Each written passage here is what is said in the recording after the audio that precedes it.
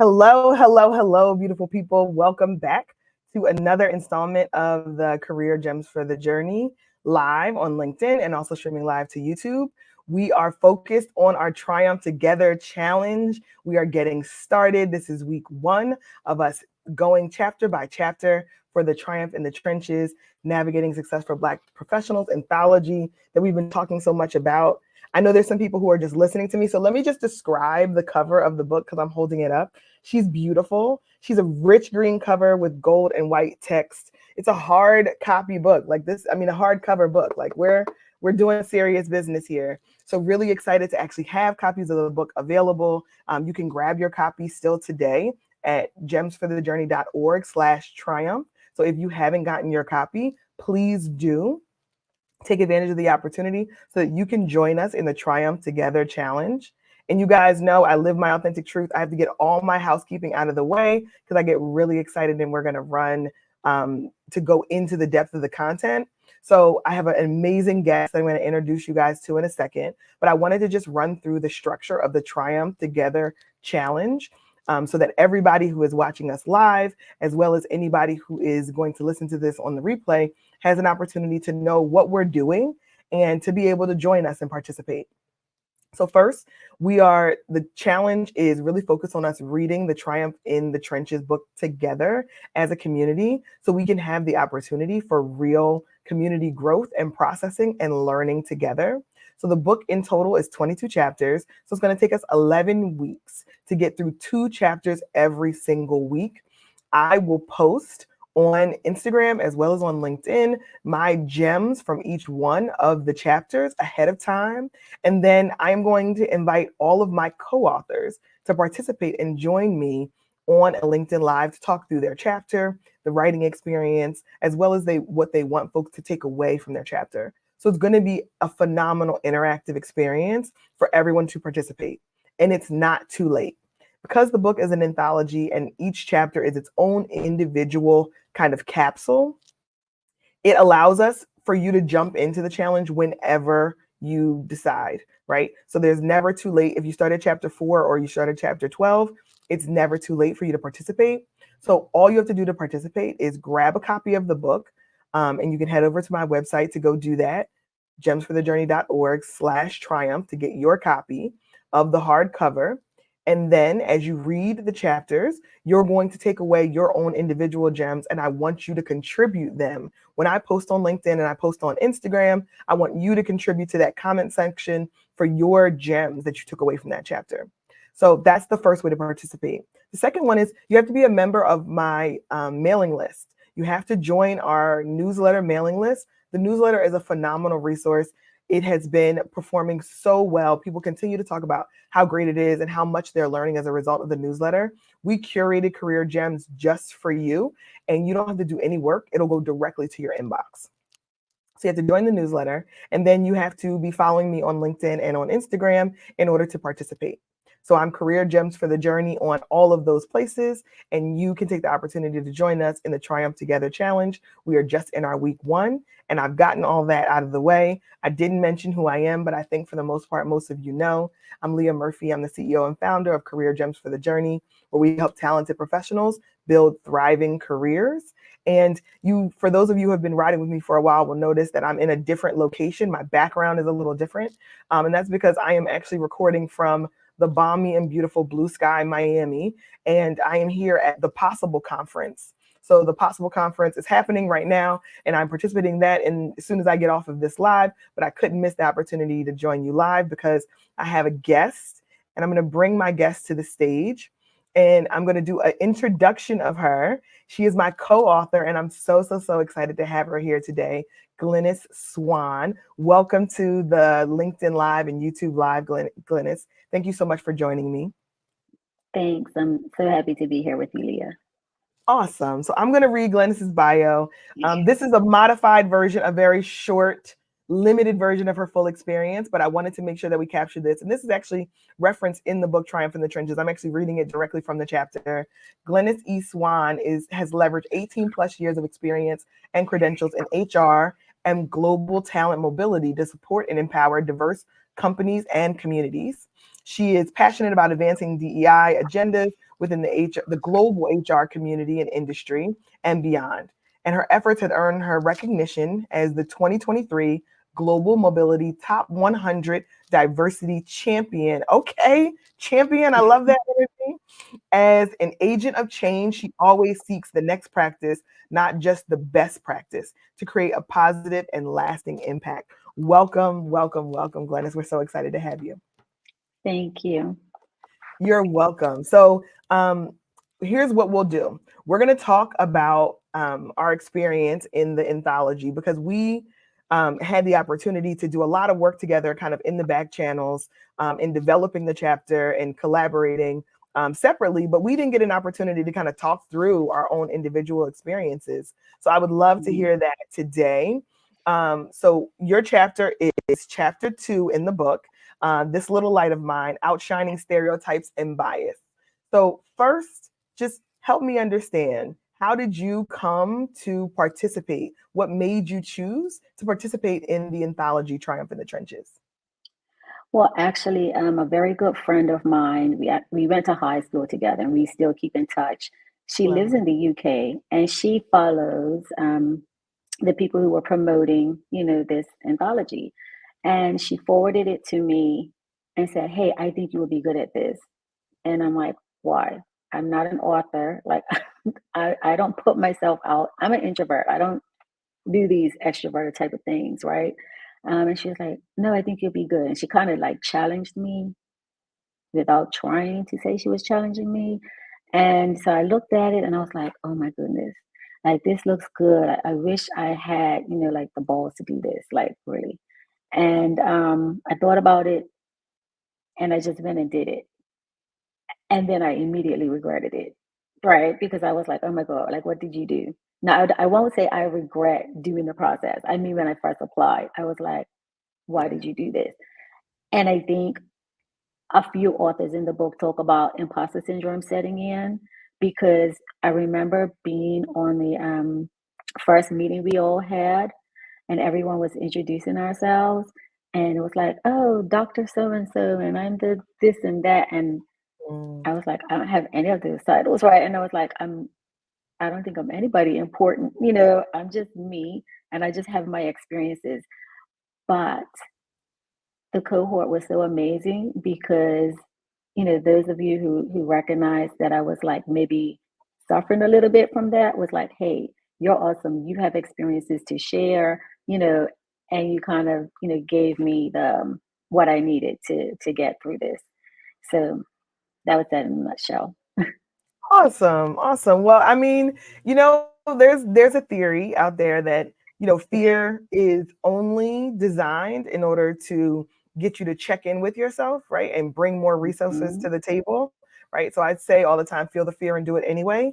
And it sounds Yeah. like you really embody that in this experience. So what was your experience in actually writing the chapter once you got past the actual application and the, what have I Mhm. done? Tell us just about your experience writing the chapter, and then we can talk a little bit about just the substance of it and what people are going to be able to take away. Yeah. Well, we had a very tight deadline, right? And Very. I'll tell you, for the so like say we had like 30 days. The first 2 weeks, I was frozen. I was like, I don't know what to write. What am I gonna write? And then I was like, I have a million things that I could write, but I only have between 2 and 4,000 words, to express that. Um, so I thought about, all of the things that I wanted to say. I brainstormed, I condensed it. And the experience, I've never written, professional piece before. So that was exciting. But overall, the experience for me was therapeutic. A lot of the things that I wrote, I've never shared with anyone, not even my Okay. family. Okay. Wow. So yes. So like when my mom wrote the book, I didn't even let her preview, my writing. And I normally let her read everything that I write. Um, I didn't even let her read it. I received the book and I mailed a copy to her, and that was the first time she was able to, to read. But it was very therapeutic. I was able to get stuff out, and even though I thought Glennis, you're putting your feelings out here to the world, but you're also, putting strategies out here to help others who also may cope with these feelings. That gave me a sense of pride. So therapeutic, Okay. I had a sense of pride. You know, I went through moments of fear, not that I wouldn't be good enough or that my story, wouldn't be of interest to anyone, but fear of I work in a corporate environment full of people who do not look like me. And what am I going to do if they, see this? How are they going to think about me? I also was in the middle of searching for a new job, and our things were posted, on LinkedIn. Even if I didn't post much, we were all tagging each other, right, in the post to promote the Mhm. book. And so I had a fear of what if potential hiring managers, saw that, like, what would they think? And guess what? I went through all of these feelings within those 30 Yeah. days. And at the end of it, I was like, I don't care what they think. I've been caring about what people think about me in the corporate world for 25 years. And guess what? I don't care anymore. Kudos. Oh my gosh, kudos to you. So you said so many things, and it looks like some of our co-authors are also here with us live. So we appreciate everybody who is here with us live and participating. If you're here with us live, please do drop your city in the chat so that we know who is collaborating with us. But I am going to take away that this is James, who is the author of chapter number 1, who's also commenting with us, which, it just speaks to the community that the anthology created. We would have loved to have James be able to join us live. He was with me on a previous experience together where we did a Career Gems for the Journey podcast episode. So if you haven't listened to that, go ahead and take advantage. Listen to the episode that James Bumpus did with me. We had a great time together, right? And we were able to have a wonderful experience. So I'm glad that now Glennis is here and we get an opportunity to Yeah. talk about her chapter. And I hope I get to talk to every single one of the co-authors because I was changed by the experience. It was definitely one of the things, like, I aspire to do certain types of collaborations, but finding the right people, sourcing that kind of talent is something that I just don't have additional skill set in or capacity to be able to go do. So when the opportunity was presented that so many talented, credible, successful professionals were willing to participate in this project, I was like instantly put at ease that this was going to be a great experience. So, and now here we are, right? We're having the great hmm experience. We're doing the Triumph Together challenge. And now we're going to talk a little bit about your chapter. So, talk to me just about first the title, This Little Light of Mine, Outshining Stereotypes and Bias. How did you come up with that? hmm Because I really, it definitely tapped something, an internal chord for me. I sung This Little Light of Mine in Sunday school for years hmm and years and years, right at church. It's still something that I used to sing to my children when they were going to bed. So I was like, oh, this connectivity, really feels good. It feels like a warm place. And then talk to me just about how you came up with the chapter, and then we'll get into some of the elements that you incorporated there, some really critical stories you shared. Sure thing. And before I start, I just want to give a shout out to James too, because he has been very instrumental in, this whole process for me, checking in on me. So, hey, James. So this little light of mine, I actually did not come up with the title to this chapter until like the day before it was due to turn it in, right? Um, and I can't. I wanted to think about how I felt, you know, um, in the corporate world, in the corporate space. I've always felt like a little person. So if you see me physically, I am short. I'm vertically challenged, I should say, right? I stand at 4 foot 11 and 3 quarters. Um, and a lot of people, always refer to me as little. And I've always been told that I have a light. I've been made to feel sometimes like people have dimmed my light. So putting together all of those experiences, like you said, you remember singing that song in Sunday school. I also remember singing that song. Um, it was actually the first song I remember learning, as a child. So I put together all of those experiences, and this is how I came up with, this little light of mine. I'm gonna let it shine.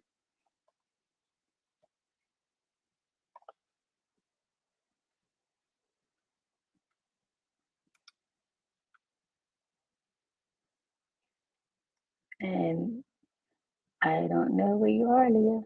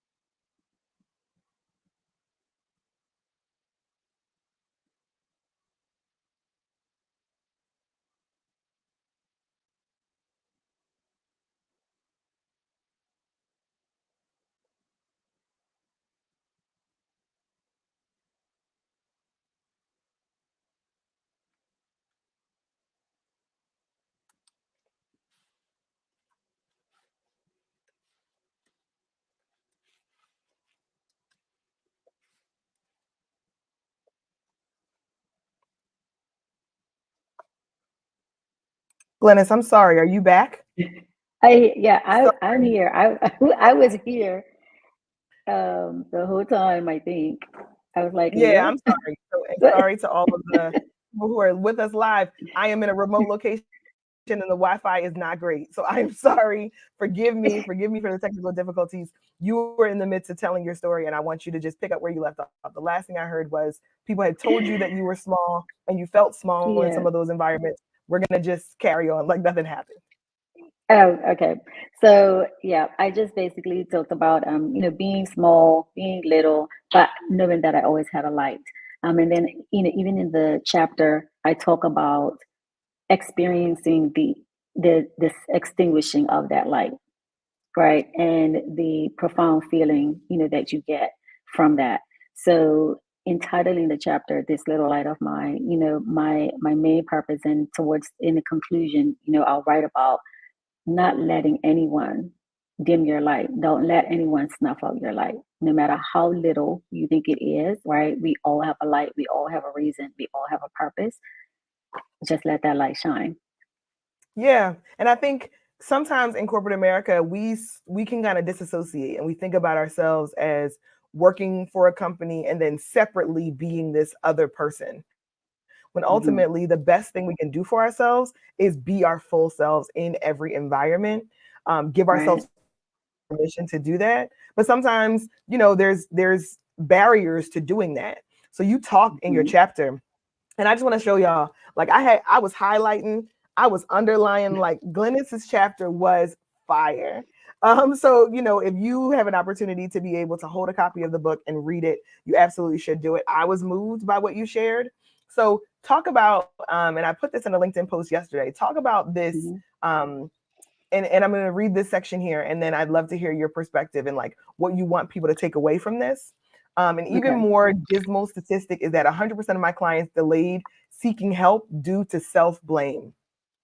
This trend is Hmm. having a disastrous long-term effects on people of color. We tout resiliency like a badge of honor, not recognizing that it's neither normal nor healthy to be continuously gaslit. I Yep. mean, could you have been any more spot on and accurate in your assessment there? So just talk about where that came from and what you want people to take away. Anyone who's listening now that might be in their head about should I talk to someone about what I'm experiencing? How should I address Mhm. it? What advice would you give them? What do you want them to take away there? So I'll tell you how, why I had to include that. I've been coaching people, not in the corporate side, but my low side hustle. I've been coaching people for about almost 4 years now. And the majority of my clients are people who look just like us, right? Black females. And we talk Mhm. about all sorts of things. Some people just want help with resumes or whatever. And we always end up talking about something that has happened to them at work. And it got to a point where everyone I talked to, every single female, felt like they were the only person that whatever has happened to. How can it be that we have, and I've literally coached a few hundred people, even if we have 200 women, that they all feel like they're the only ones going through this. And that's when I started realizing, like, hey, there is really something going on here. And we have to support each other, right? And be a comfort to each other. But we also, I remember being in interviews and people ask you, what are your greatest skills? And, oh, I'm resilient and I'm resourceful, and things like that. Like it's a great skill to be proud of. Yes, I'm happy that I'm resilient, but think about why I have to be resilient. I have to be resilient because I have to work twice or maybe three times as hard as someone who may not look like me to get half the reward. I have to be resilient because I was an immigrant to the United States. I was a young single mother. I had a very strong accent. Sometimes people can still pick up on it, right? But I was mocked when I spoke, or people would say, "Oh, repeat this," or like I was a parrot. Can you Mm, imagine going to work yeah. and being treated like you're the office mascot?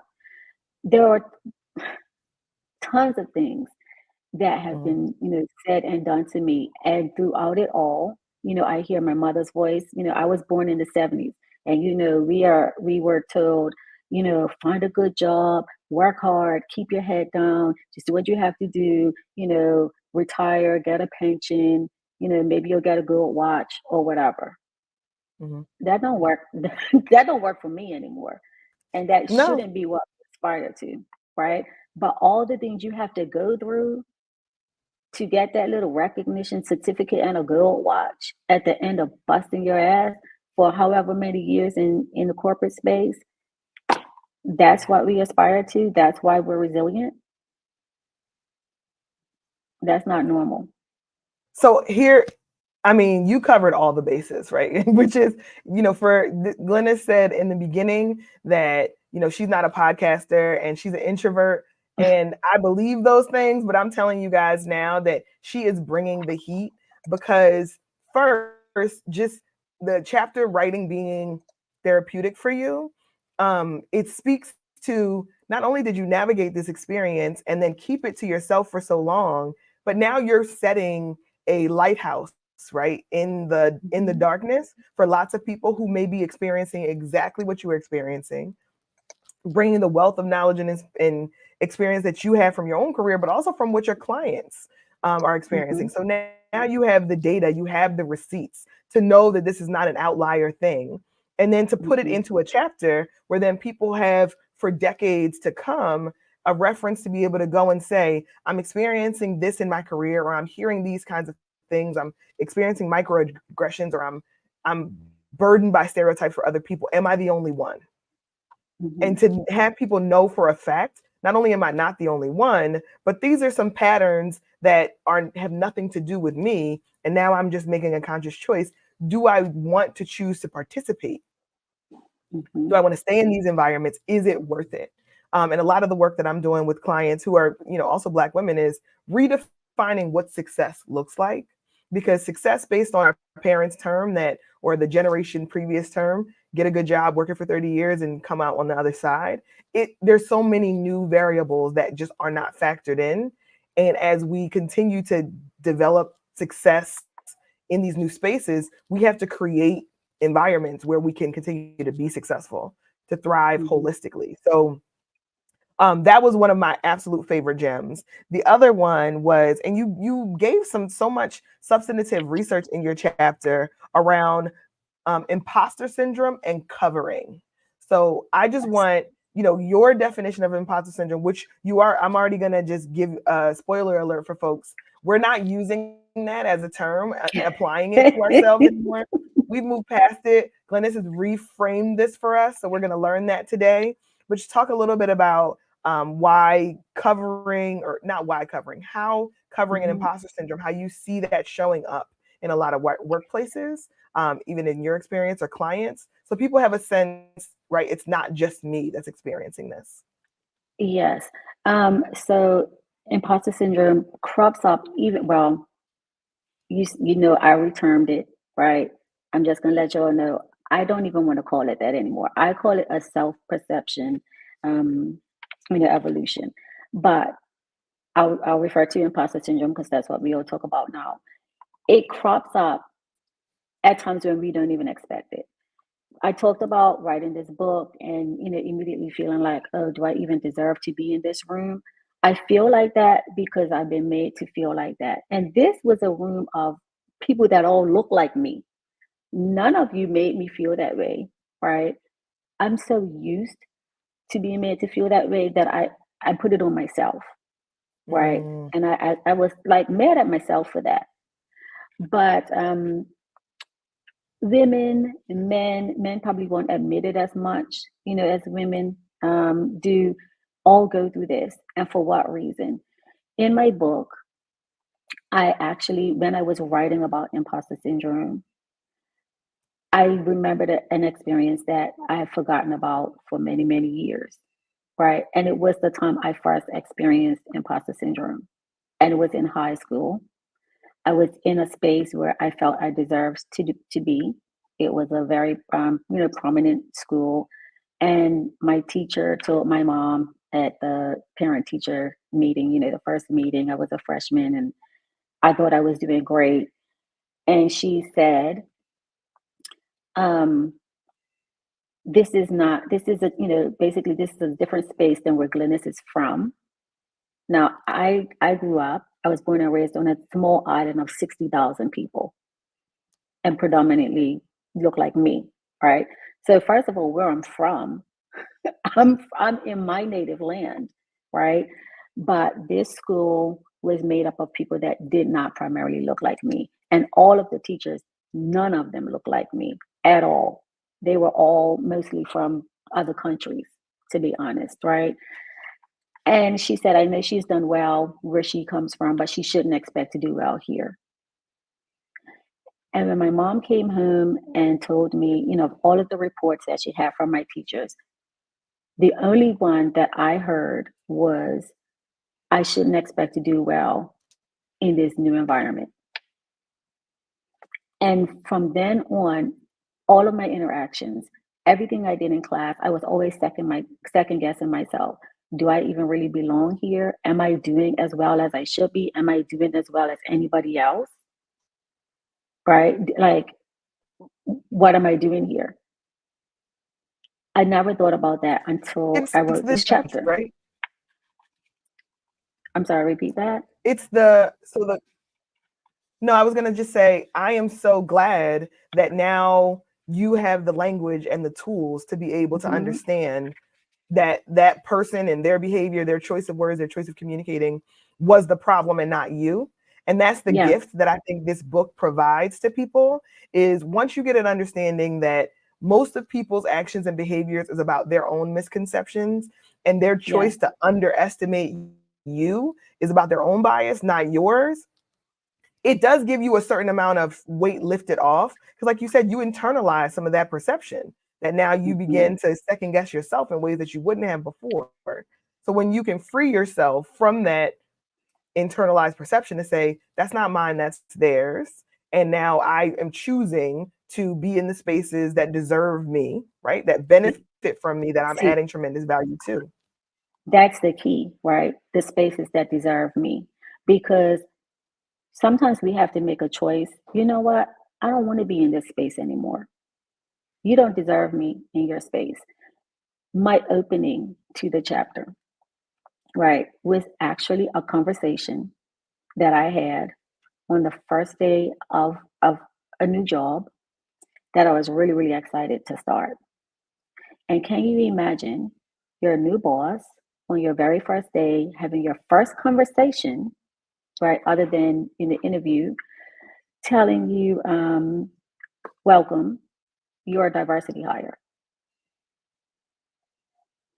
I'm sorry, what? Like, what does that mean? Does that mean you just hired me because I'm black? Does that mean you had to hire me to fill a quota? What is the importance and the purpose of you telling me that I was a diversity hire? They said, the firm has, that means the firm has invested, a lot into making sure you're happy. Okay, is that supposed to make me feel any better? You have a great resume, a great background, you're highly accomplished, but you're on a high performing team now.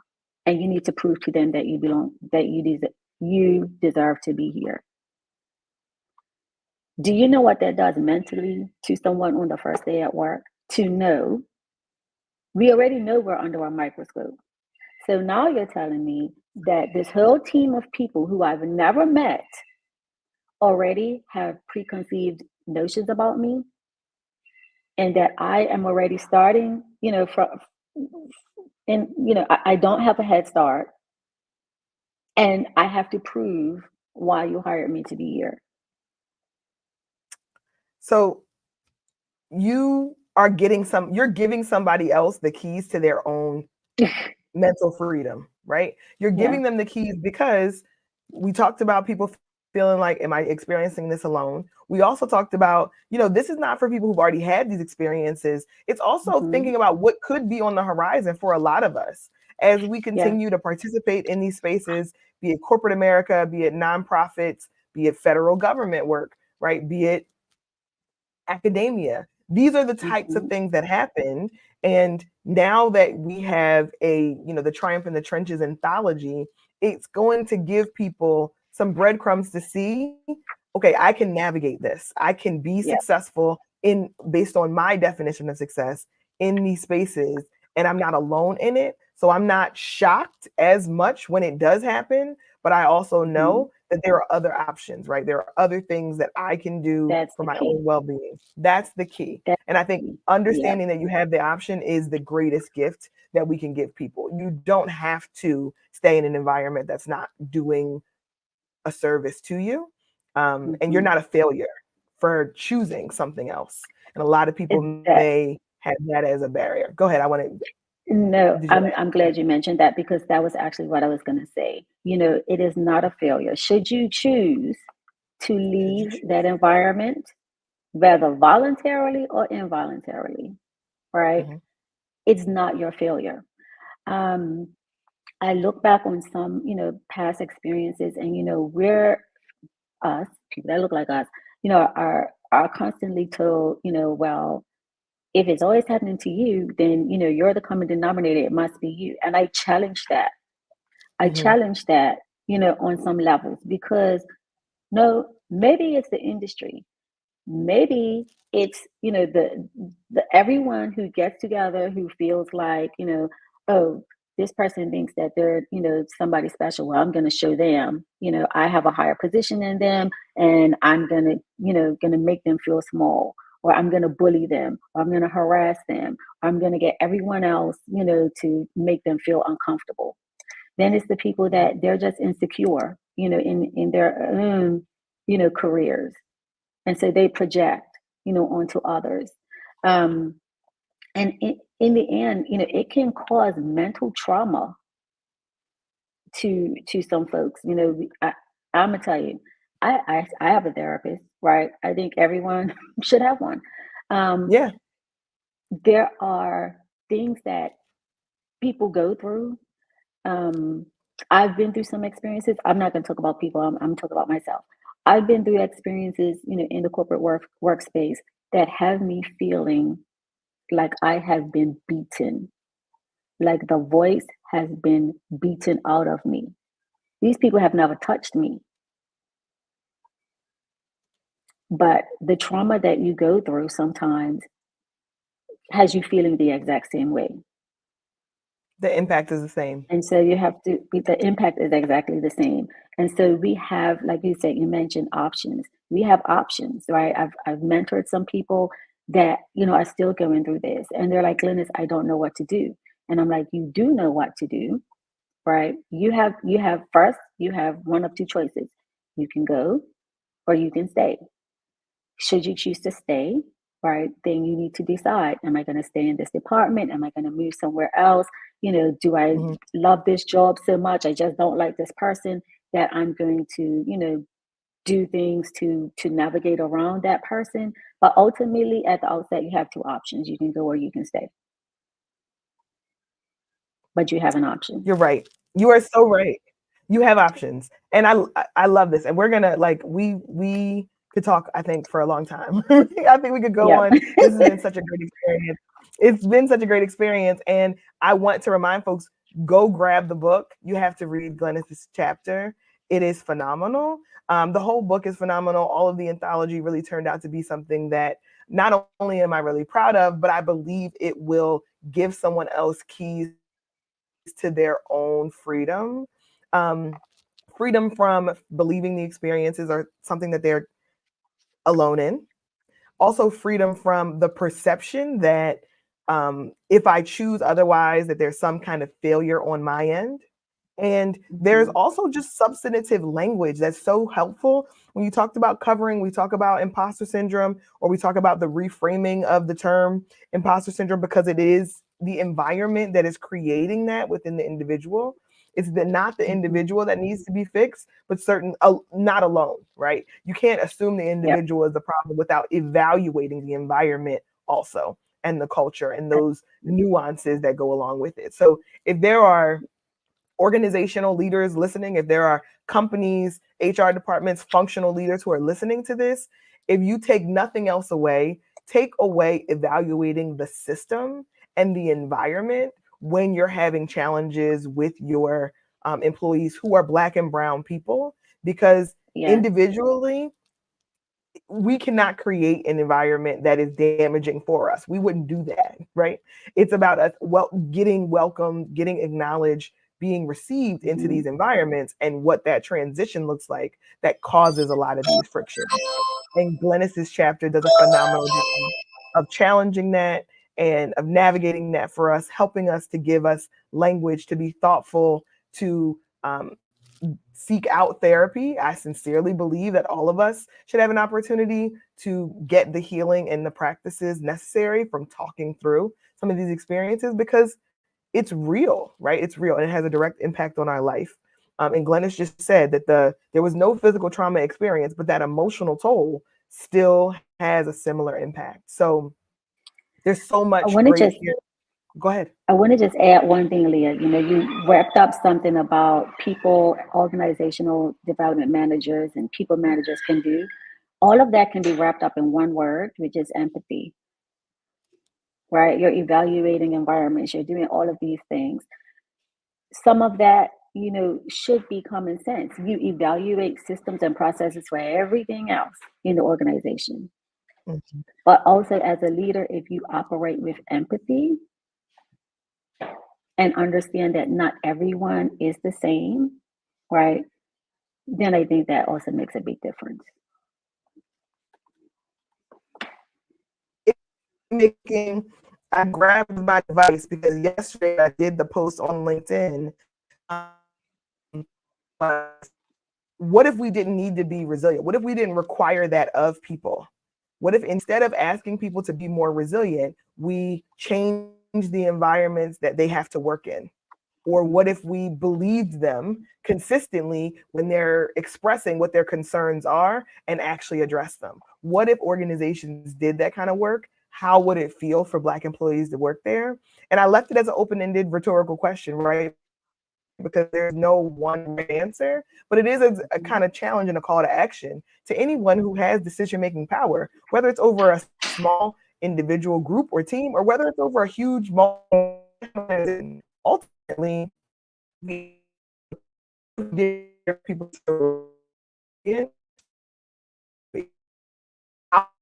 being great at their job. How many more results would they would their nonsense? Yeah.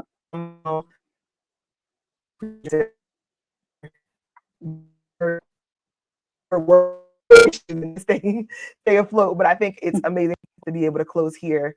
But tell people where they can find you if they're interested in learning more about your work, or even working Mhm. directly with you as an executive coach for folks who are, experiencing and have a need and want to be able to Yeah. tap into somebody like you. How would they find you? How would they connect with you? I'm really, really easy to find and connect with on LinkedIn, Glennis Swan.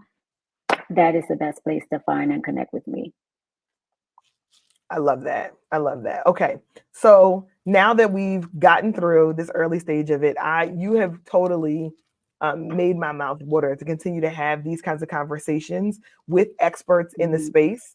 and you are an expert in the space of DEI. We talked about that in your intro, but I think you're also, blossoming and evolving into an expert in whatever area, right, that your experience has guided you to. So I just want to encourage anyone who's listening that this book and this experience will be transformative. For us as the writers, it has been an amazing growth experience, but also for anyone who reads it and is able to take away the perspective and the gems that are you will be transformed as a result.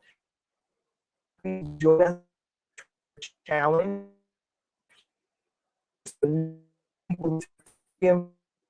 for going to join us here this next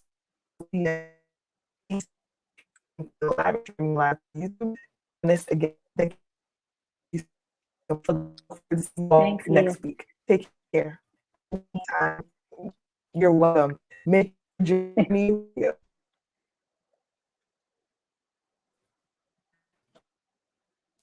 I'm sorry, I think the signal went.